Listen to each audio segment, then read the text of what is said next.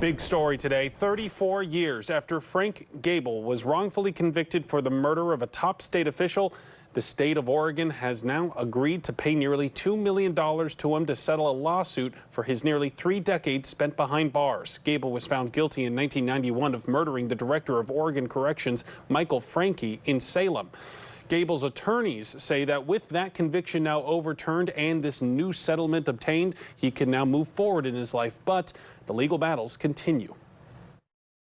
In 2019, after 29 years behind bars, Frank Gable walked out of prison with his murder conviction overturned. Now the state of Oregon has agreed to pay him nearly $2 million for his improper prison sentence. One of his attorneys, Megan Pierce, says that payout is what's laid out in state law. Mr. Gable is entitled to, I believe, $69,000 per year of that he was wrongfully imprisoned. We are very pleased about this settlement. I believe that'll finally give him a chance to feel a little bit of comfort and start to build the life that, was taken away from him. In 1991, a jury found Gable guilty of killing the director of Oregon's prisons, Francke, in front of a corrections office building in Salem.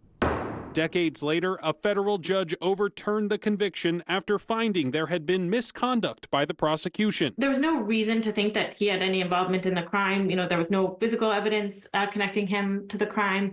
There was no motivation, no reason to suspect that he had any involvement. Gable still has an open federal lawsuit against 24 former officers who arrested and built the case against him. Gable and his attorneys claimed the officers fabricated evidence and chose not to tell the jury that someone else had confessed to the crime. The nightmare's not over. He's still feeling the repercussions of what happened to him.